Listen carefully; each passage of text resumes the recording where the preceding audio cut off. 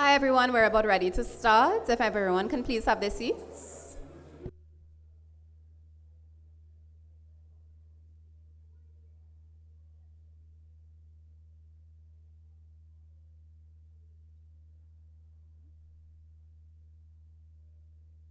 I'll call her up to give the presentation.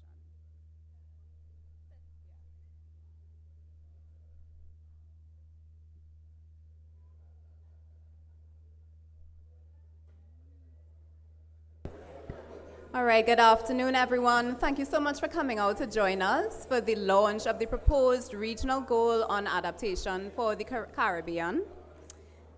Honored ministers, distinguished panelists, and guests, we are very pleased that you could all make time out of your busy schedules to join us here today. So just a bit on Climate Analytics Caribbean. Our team supports Caribbean governments in translating international climate agreements into national targets, policies, and governance arrangements. We also work with regional civil society to raise awareness and knowledge about climate change impacts and the implications of the global discussion for the Caribbean. So on the RGA, as we call it, Caribbean civil society stakeholders have defined what the priorities, targets, and needs are for adaptation in the region.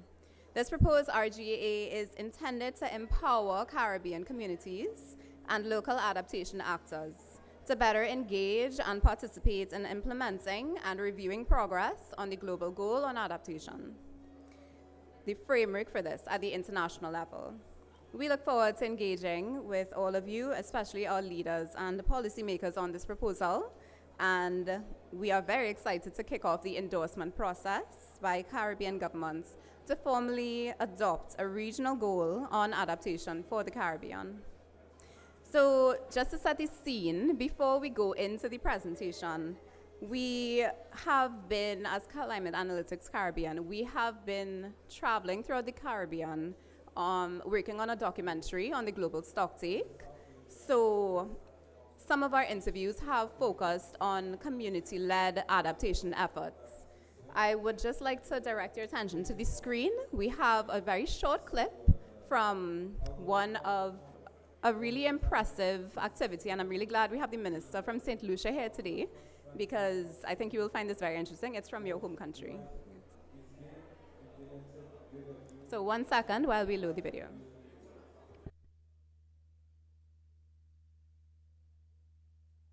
Biggest projects that we embarked on was the rainwater harvesting systems in the areas of Lamaz, Monzi, Choiseul. We remembered that the areas of Lamaz and Monzi are plagued with this century-old issue of water shortages in the area, just like most communities in St. Lucia. So they get water maybe once or twice a week for about 30 minutes, and we wanted to assist. So what we did was we provided rainwater harvesting systems inclusive of water tanks and other fixtures and plumbing material. If you have the rainwater in the tank from Atlas, you can wash, you can bathe, you can clean, whatever you have to do. Water is very, very important. And if you cannot get water to cook, wash, bathe, or do anything, you are in serious problem. So it was a bit difficult for a lot of us in this community before. But since Atlas came and gave out tanks to the people, it has been a blessing. I believe that the youth should be involved in discussions surrounding climate change and the climate as a whole. Because let's be honest, the youth makes up the majority of the population. And if we're not going to do it, then who will? So one of the biggest projects that we embarked on was the rainwater harvesting systems in the areas of Lamaz, Monzi, Choiseul. We remembered that the areas of Lamaz and Monzi are plagued with this century-old issue of water shortages in the area, just like most communities in St. Lucia. So they get water maybe once or twice a week for about 30 minutes. So as you can see, that was a really extraordinary effort from a lot of the young people in St. Lucia, and it was just really heartening to see the level of care and passion they had for helping their communities. I think that it shows that the future is in really great hands, and we just need to give them the strongest possible foundation on which to stand. So you can look out for our documentary coming out probably, hopefully, in January. So now the moment we've all been waiting for, I would like to introduce to the stage Ms. Sasha Jatan Singh, our loss and damage expert at Climate Analytics Caribbean. She will present to you on the proposed regional goal on adaptation. Sasha.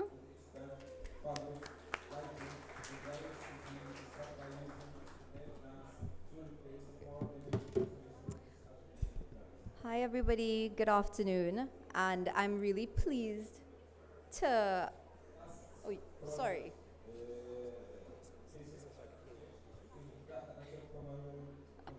So apologies for that.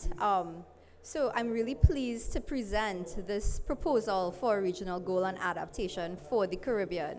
And as Bianca said, this has been a civil society-led a process.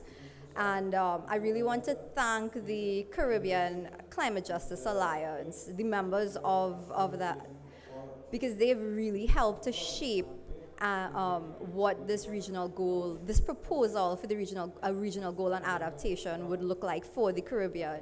What are the priorities, challenges, opportunities for what adaptation should be, and what are the and what adaptation success should look like for our region. So just a bit of a rationale as to why this proposed RG is important. As you all know, right now at COP28, we're currently negotiating and trying to conclude on the development of a framework for the Global Goal on Adaptation, the GGA. And that framework will really help to operationalize the Global Goal on Adaptation, which was established under Article 7.1 of the Paris Agreement. And the GGA framework is quite important, particularly for SIDS, because it will help to elevate SIDS issues in terms of adaptation, action, and support, and elevate the importance of adaptation as a priority for SIDS as a means of survival. So in terms of the rationale, I think these are some of the key, I would say the key, sorry, it's very difficult. So in terms of the rationale, why is it important for the Caribbean? Firstly, having a regional goal on adaptation can really allow Caribbean communities to build a collective adaptation story and discover common problems and needs, but at the same time also find out and discover what are the common solutions and goals that are, given the context-specific and localized nature of adaptation. So it's adaptation that is fit for purpose for the Caribbean and for SIDS, because this is what we could share with other SIDS.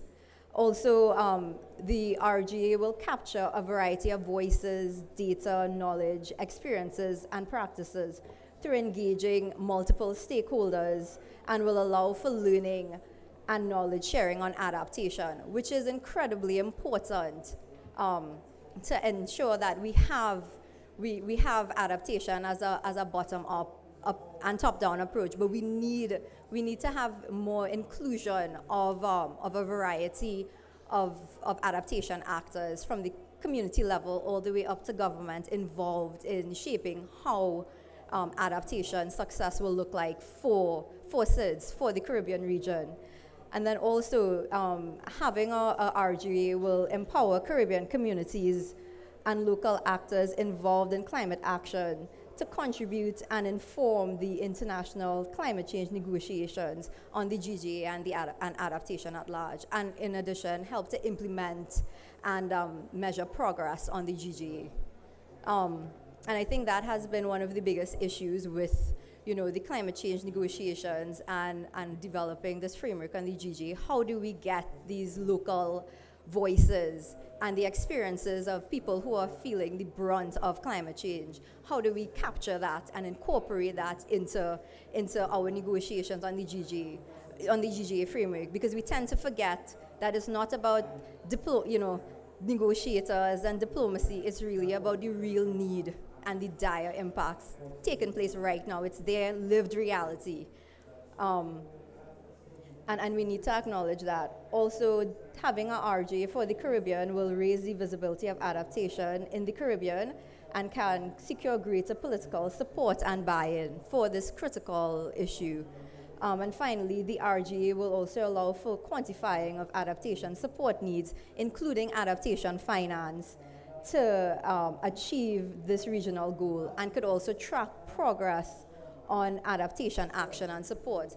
And I think this is quite important because instead of us saying we need more adaptation finance, this is an opportunity for the region to really say these are our priorities and this is where funding is needed. And we could actually be able to track whether adaptation finance is going to these adaptation priorities for the region that we've collectively identified. And I think that's quite important, and it's very innovative because now you could hold the global financial architecture to task to ensure that finance and support needs are meeting our critical adaptation needs in the region. And in terms of the proposal for the regional goal on adaptation, this is the purpose. It's to raise the visibility of adaptation in the Caribbean, quantify and fill adaptation gaps and needs, including finance, capacity, and technical assistance, and also enable collective review on the progress of adaptation through more effective climate governance processes and practical adaptation actions at the local, national, and regional levels. And these are the guiding principles which were really developed through, I would say, extensive consultations that happened this year. And we had, focus groups, informal consultation, regional consultations, and also interviews. And we also allowed, I would say adaptation actors and so on to provide inputs, written inputs into how to improve on the proposal for the regional goal for adaptation. So we really did try to have a collaborative and inclusive process through as many different approaches as possible.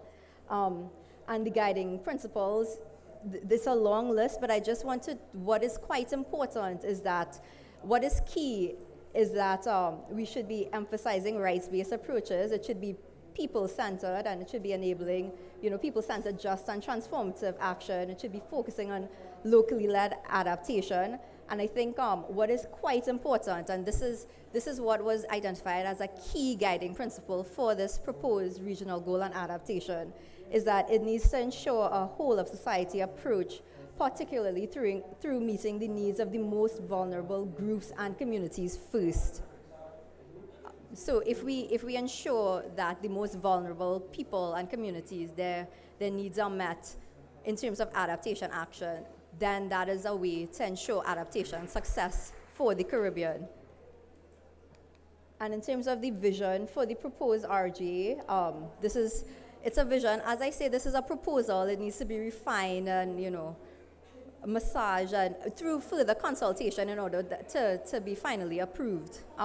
So the vision is a strong and resilient Caribbean where our people, livelihoods, and ecosystems are prosperous, healthy, and thriving through accelerated adaptation action and support and climate resilient development that reduces climate risk, strengthens resilience, and enhances adaptive capacity. And we also have 4 key proposed targets with a host, with some sub-targets associated with them. And these were really discussed as these are the priorities. One of the proposed targets are enhance well-being and prosperity of Caribbean countries through improving access, availability, and quality of water, food, energy, and healthcare for the most vulnerable people and communities by 2030. And I must say that the proposal for the regional goal on adaptation and the targets were really informed by the Glasgow Sharm el Sheikh work program on the GGA, as well as the AOSIS, the Alliance of Small Island States, submission on what the GGA should look like. So it actually takes into account those 4 high-level targets that you see here, but for the Caribbean, we've taken it one step further and said these are our key priorities. And what came out is that we need to have, we need to have water security. I think that's quite important, and it came out for all countries. We need to have food security, and we also need to have energy security and resilience, as well as proper access to healthcare in order to ensure well-being for people. Then the second proposed target was reduced exposure to climate-related risks from extreme weather events and climate events for X% of the population, because that's still to be determined for each Caribbean country's total population by reducing the number of people affected, particularly the most vulnerable groups and community, by 20XX. So this was one of the goals from the AOSIS submission, and it's really on looking at infrastructure, on looking at critical, well, for the Caribbean, we focus on critical infrastructure here to build the resilience for that, and also looking at the effects on livelihoods as well. And then the other 2 proposed targets are on all Caribbean countries have ensured that coastal, ocean, freshwater, and terrestrial ecosystems are maintained, enhanced, or restored by protecting at least 30% of the land and ocean by 2030. And this is from the, taken from the Global Biodiversity Framework and so on. And for this particular proposed target, the sub-targets include focusing on locally led adaptation and also focusing on the need to channel finance directly to communities and local adaptation actors to support this work. So we're getting down, how do you bring a global target and a regional target down to a local context? And finally, the last proposed target is on means of implementation. And this is a target by 20XX, all Caribbean countries have established inclusive and transparent adaptation planning processes and have developed and are implementing national adaptation plans and policies, and have mainstream adaptation in their development strategies to reduce vulnerability and exposure to climate-related risks for the most vulnerable groups and communities. And it's very broad, and it's noting that so far only 5 Caribbean countries have submitted NAPs, so there is a need to have a national adaptation plan to guide adaptation action and to identify what the support needs are in the country. And just letting you know, from this event, the technical paper defining a regional goal on adaptation for the Caribbean has been launched on the Climate Analytics Caribbean website. I encourage you all to read it. It's also on your flash drives. We try to be as environmentally friendly as possible and not use paper. So I encourage you all, please do read it. Please provide feedback and so forth. I think the next steps, because as I said, it is a proposal with indicative targets, and the goal is to have it endorsed and have it endorsed and championed to the CARICOM heads of government for it to be adopted as a regional mandate. And we would like that process to continue, and we'd like to have conversation as to how that should occur.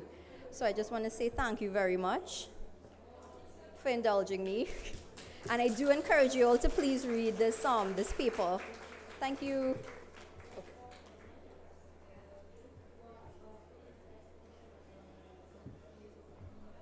Thank you so much, Sasha. You really delineated how important it is for us to have a fit-for-purpose adaptation plan for the Caribbean. So, without further ado, let's hear from our distinguished panel of Caribbean climate change leaders and experts. I would like to bring to the stage Ms. Rueanna Haynes. She will be our moderator today. Rueanna is the Director of Climate Analytics Caribbean and the Team Lead AOSIS Support. So over to you, Rueanna.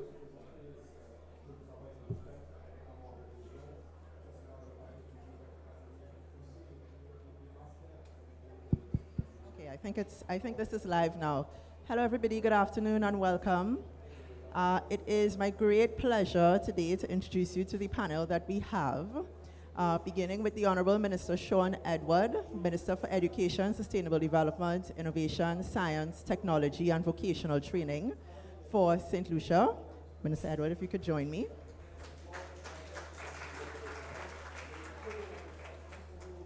And Senator Dr. Chantal Monroe-Knight, Minister in the Office of the Prime Minister for the Government of Barbados.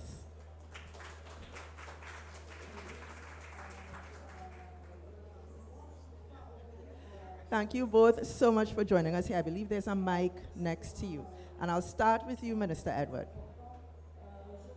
So, can you give us some insights into the national adaptation efforts in St. Lucia, particularly related to adaptation planning and implementation at the national and local levels? What are the key enablers and lessons learned for driving adaptation success in St. Lucia? Thank you very much, Madam Moderator, for having me on the panel.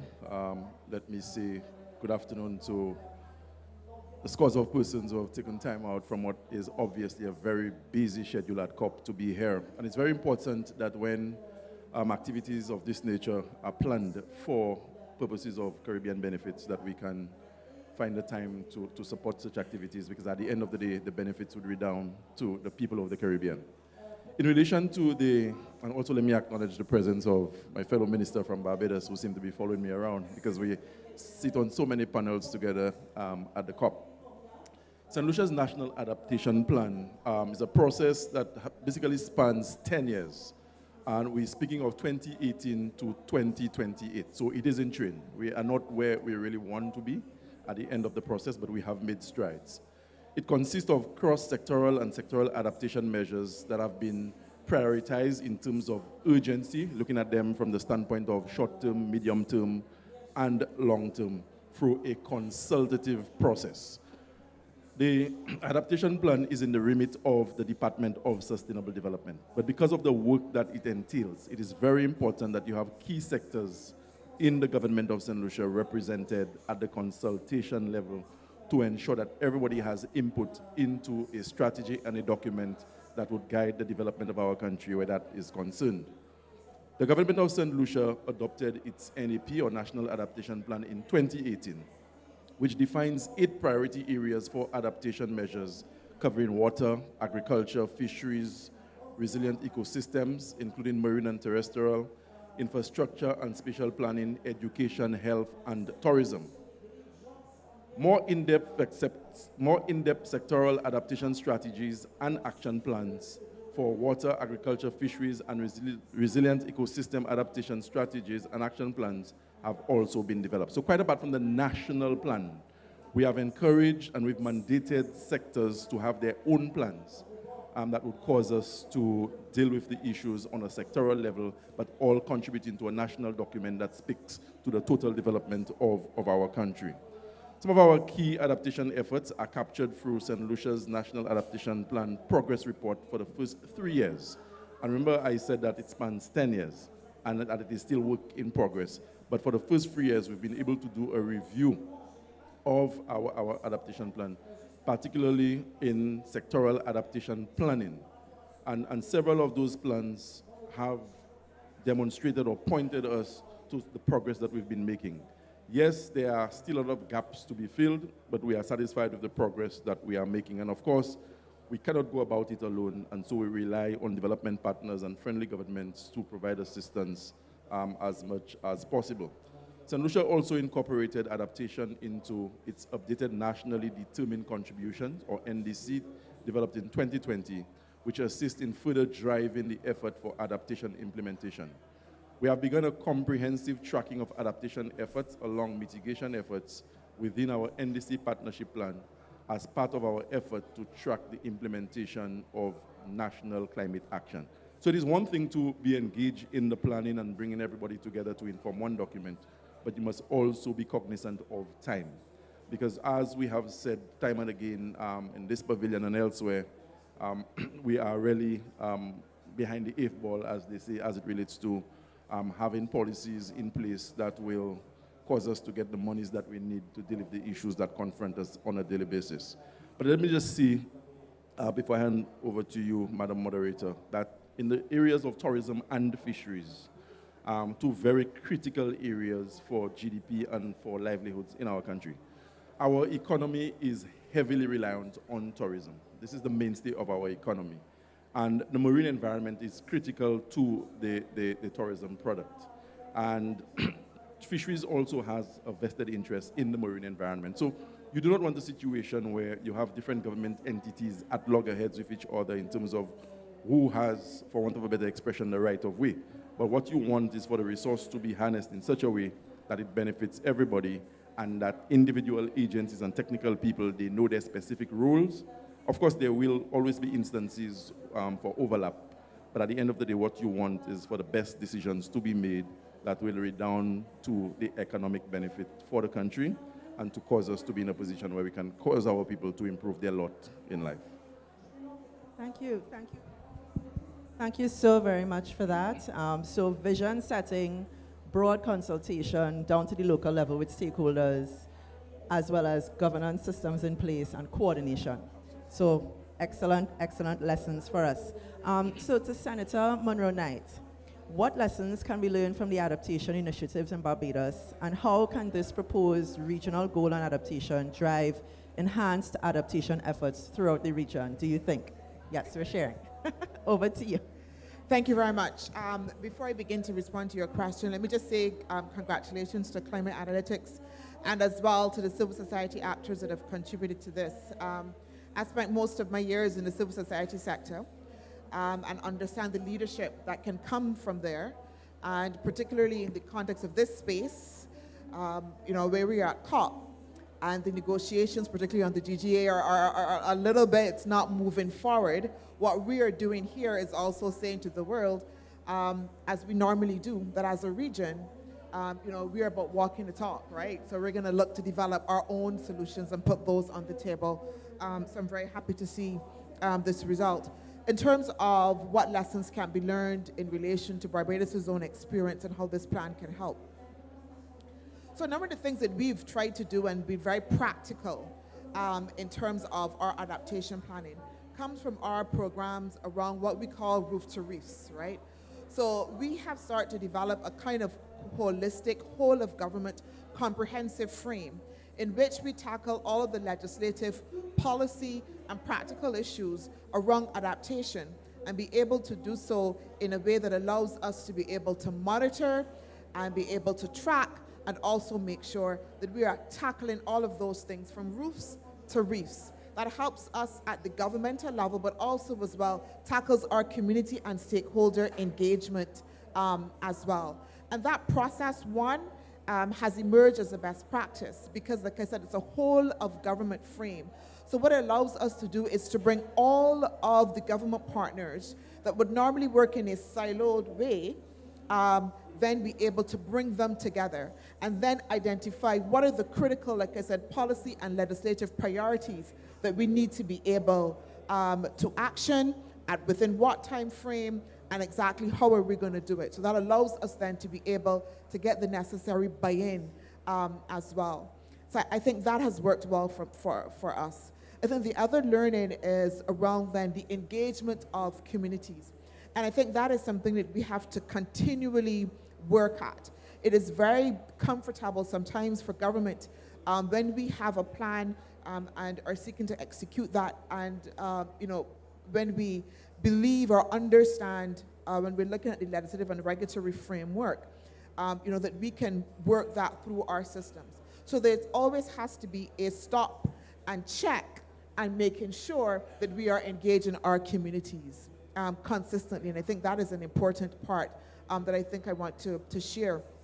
So like I said, we've done that, but it is a moment of pause. It is a moment of being intentional around it. The third lesson for me, before I go on to say how this plan can help, is just also in terms of being able to identify the priorities.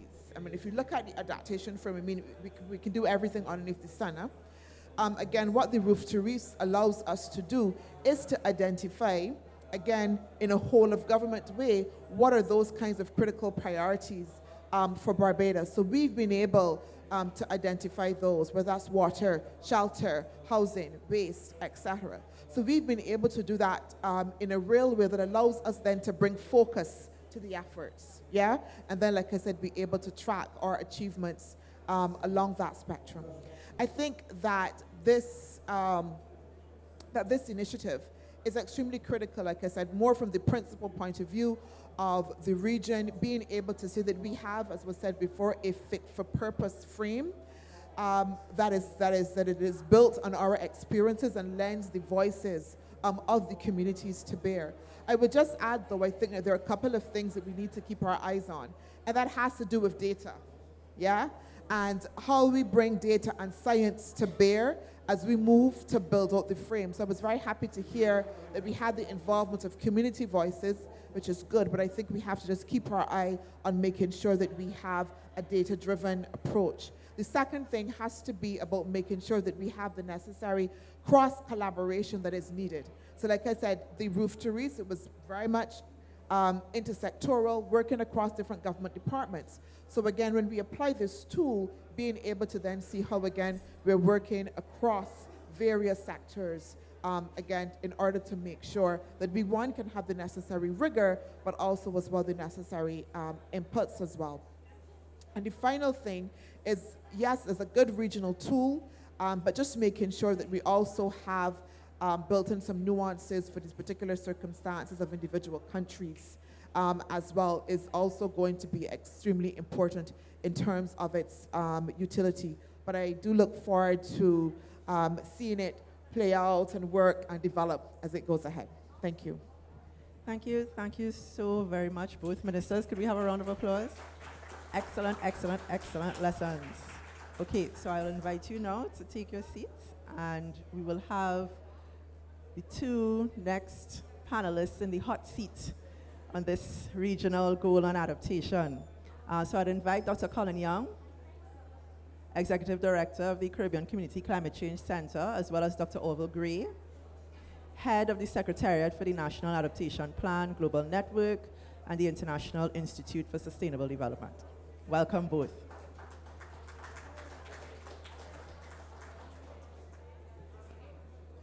Welcome, welcome. So over to you, Dr. Young. Can you give us some insights into regional adaptation priorities and challenges in the Caribbean based on your experience at the 5 Cs in adaptation planning, implementation, and support at the national and regional levels? Thank you, Rueanna, and I thank Climate Analytics for the invitation to join the panel. Now, the 5 Cs, we would have been working for the last couple of years on developing this revised regional framework for development resilient to climate change. And as part of that process, we would have had consultants travel to all of the countries to liaise with the ministries of climate change and finance, in a sense to articulate what would be CARICOM's priorities in the climate change space.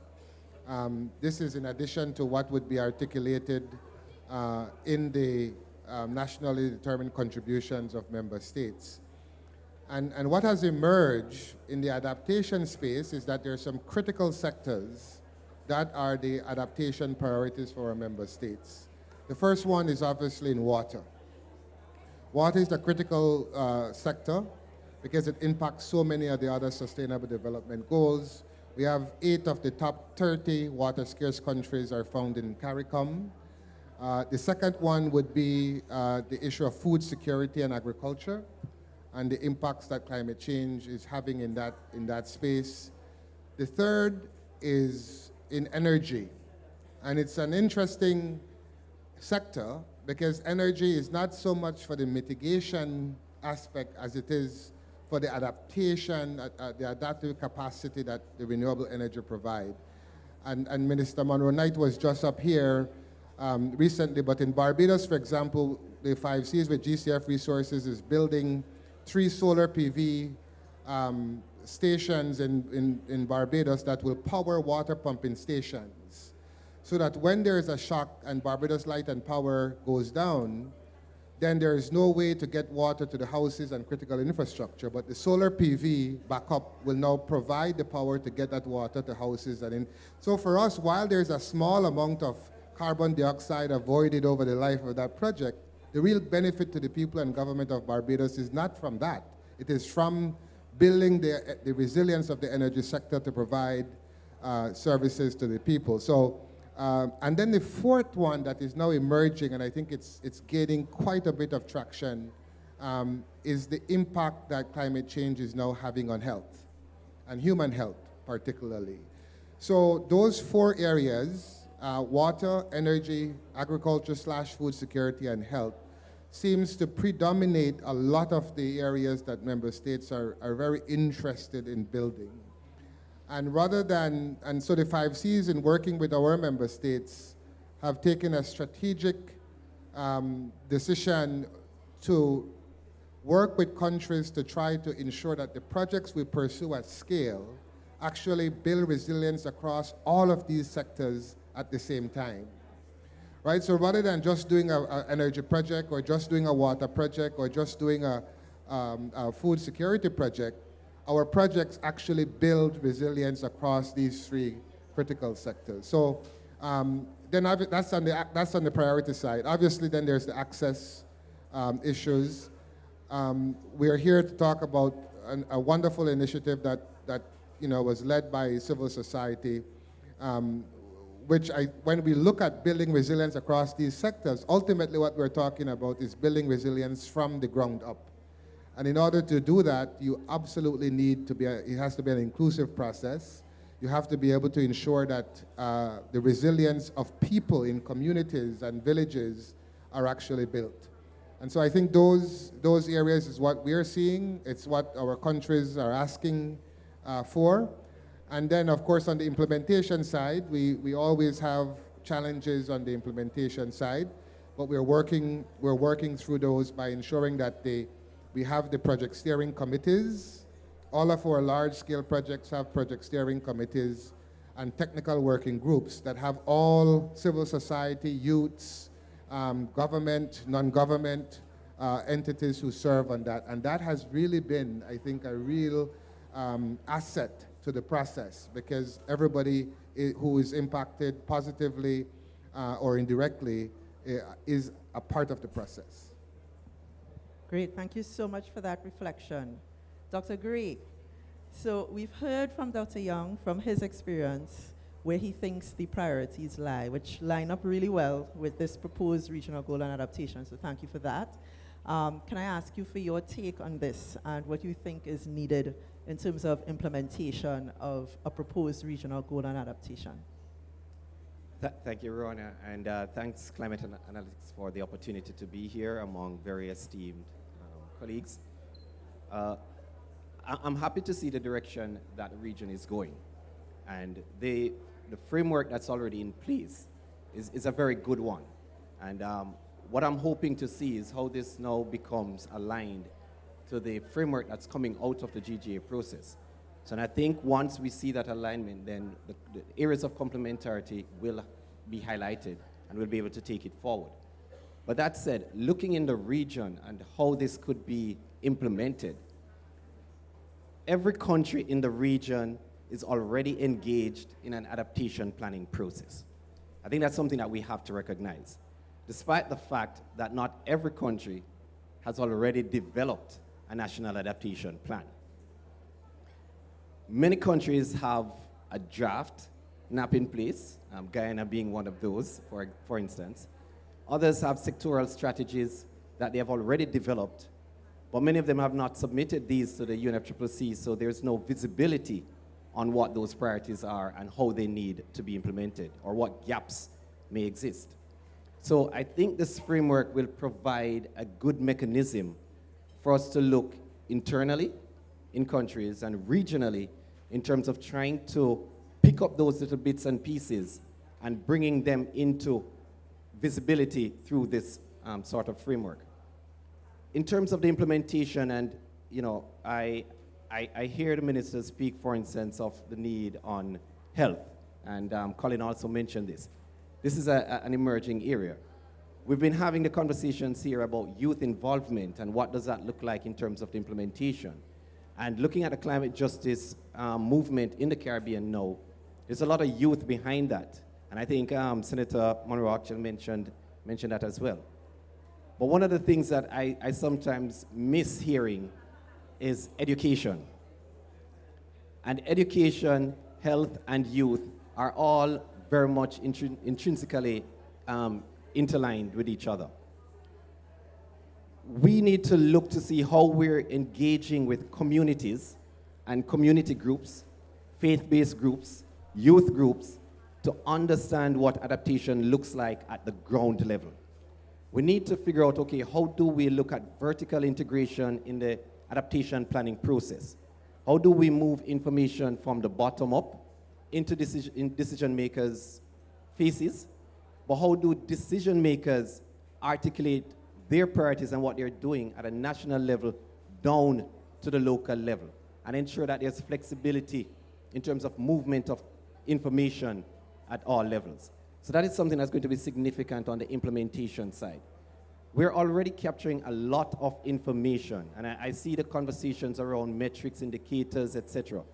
The SDGs, we're pretty much way down the pitch in terms of how we report on that. We're reporting through other UN frameworks on national development, for instance. We all have a census institute or agency in country that's already capturing a lot of data. We have universities that are capturing data. We have NGOs that are capturing data that is not feeding into the national processes. So in terms of the implementation, there's a great need for us to be able to empower some of these entities to be able to feed into the national processes the information that's required to help to set the decisions that can then articulate what we're talking about in the global goal for adaptation and what that looks like at the local level, the national level, and the regional level. And I'll go one step further to say that we also need to empower at a regional level through CARICOM, and I'm going to put Colin on the spot, the 5 Cs. The 5 Cs has the mandate where climate change is concerned in the region and has the technical know-how to support countries in that implementation and is doing that to a great extent. But we also need the support behind that from the political level with CARICOM to champion this. We have 2 senators here, and I'm hoping that both of them will be champions for this GGA framework in the Caribbean going forward. But we need to see this elevated at a significant level when the heads of governments get together in the region. If we say climate change is important to us, if we say adaptation is important to us, then it needs to be articulated very high on the agenda of our heads of government meetings. And I'm putting this on the ministers and hoping that they'll take it back to our prime ministers, because it needs to be at the same level as we discuss security. Because if we are not a resilient Caribbean, we will not be a secure Caribbean. And I think these are some of the things that we need to look at in terms of how we're going to implement this going forward. Thanks. Thank you. Thank you so much, Dr. Gray, Dr. Young. I'll invite you to take your seats. And last but not least in the hot seat, we have Mr. Crispin Doven, Program Director, Climate Change and Disaster Risk Management at the OECS, and I'll ask Sasha to join him as we wrap up. We still want to have time for some questions. Crispin, Sasha, welcome. Okay, so very quickly, Crispin, and we've heard a lot now about what is happening in the regional adaptation, what's happening in specific countries in Barbados, in St. Lucia. You work with the OECS. Can you give us a bit of a reflection on some of the priorities in adaptation and challenges that you have experienced in adaptation planning and implementation at the OECS level? Thank you so much, Rueanna, for the question, and thank you for the opportunity to be here. Good afternoon, everyone. Before we go into this, I want to just seemingly digress, but not really digress, to say that we are where we are because we've gone through a process. Many years ago, when we started with the CPAC project, some of the other climate dinosaurs in the room can remember that, and we went through the mainstreaming adaptation to climate change and so on. From day one, we knew adaptation was a priority for us. But it's very interesting that when we did our NDCs, we focused more on mitigation. The clearly defined targets in our NDCs, are mitigation.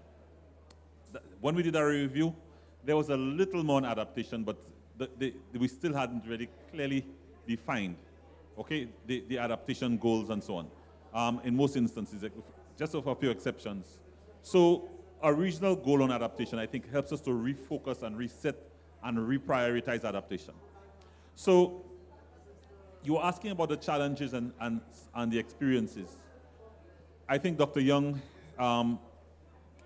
elaborated on some of these, but what I can say is that the AOSIS in 2021 at our Council of Ministers endorsed a climate change adaptation strategy and action plan, or CCASAP, 2021 to 2026. Now, it was developed in a way that makes it consistent with the overall resilience framework that was developed with the hard work of the 5 Cs.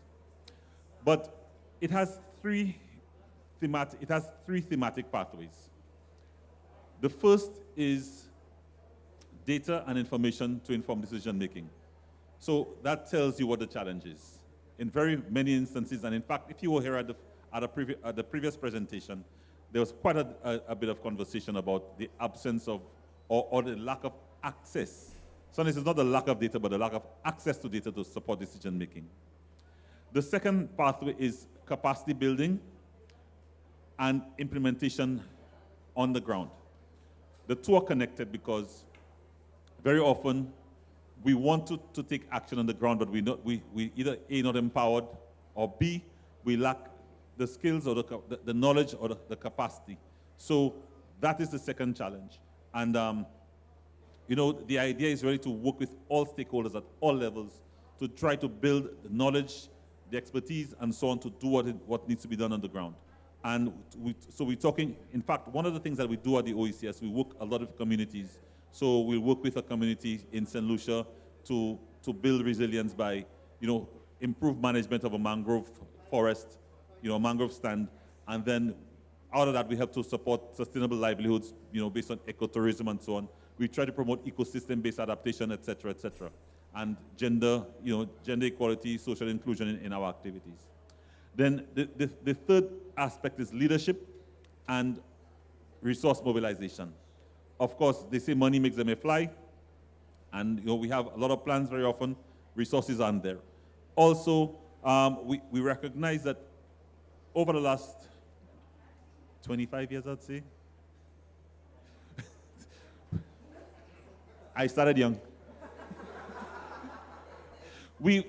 There's a time when our leaders, our political leaders, when they said climate change, it felt like something foreign to them. But now they see it quite comfortably because they recognize the reality. There's a time when people at the community level, in fact, when you talk about climate change, they tell you, nah, that's my great-grandchildren, I'll be dead long, right? But people have started to see it for themselves. They've recognized, for example, as way back as 2005, when some farmers said the seeds that they planted didn't germinate because it was too hot. People have seen it, they've recognized that it's there. So how to transfer that knowledge into an ownership of the climate reality and try to address it from there. So these are some of the challenges that and the climate change adaptation strategy and action plan is trying to answer or try to address those challenges. So I hope I've given you a kind of a quick synopsis of what they are. Thank you. Okay, thank you so very much, Crispin. So I am going to, yes, round of applause. I am going to hand over to Sasha to reflect a little bit on what the panel has said, and then we're going to open and take, I think we might have time for 2 questions from the audience. So Sasha, if you could give a bit of a reflection on the richness of all of the interventions we've had so far. Thank you, Rueanna, and I want to just say thank you to all the panelists for really providing, insights on adaptation, action, and priorities, and opportunities for really advancing adaptation, action, and how can we implement and secure resources for adaptation in the region. And what we've heard from the Honourable Ministers from St. Lucia and Barbados is that, adaptation is occurring. They have different adaptation planning processes. We're seeing that it's integrated. we're utilizing it. Adaptation plans and planning processes are utilizing a inclusive and participatory approach, and we're seeing progress on that here in the region. From the 5Cs and the OECS, we're seeing that some of the key areas for adaptation is water, health, food security, energy, particularly energy resilience, and these are also reflected in the proposed regional goal on adaptation. Also, infrastructure as well has been recognized as that, particularly critical infrastructure. So I think the proposed regional goal on adaptation for the Caribbean really reflects what our regional organizations what they're seeing and the sorts of projects and activities they've been implementing. So it's helping to support each other, I would say.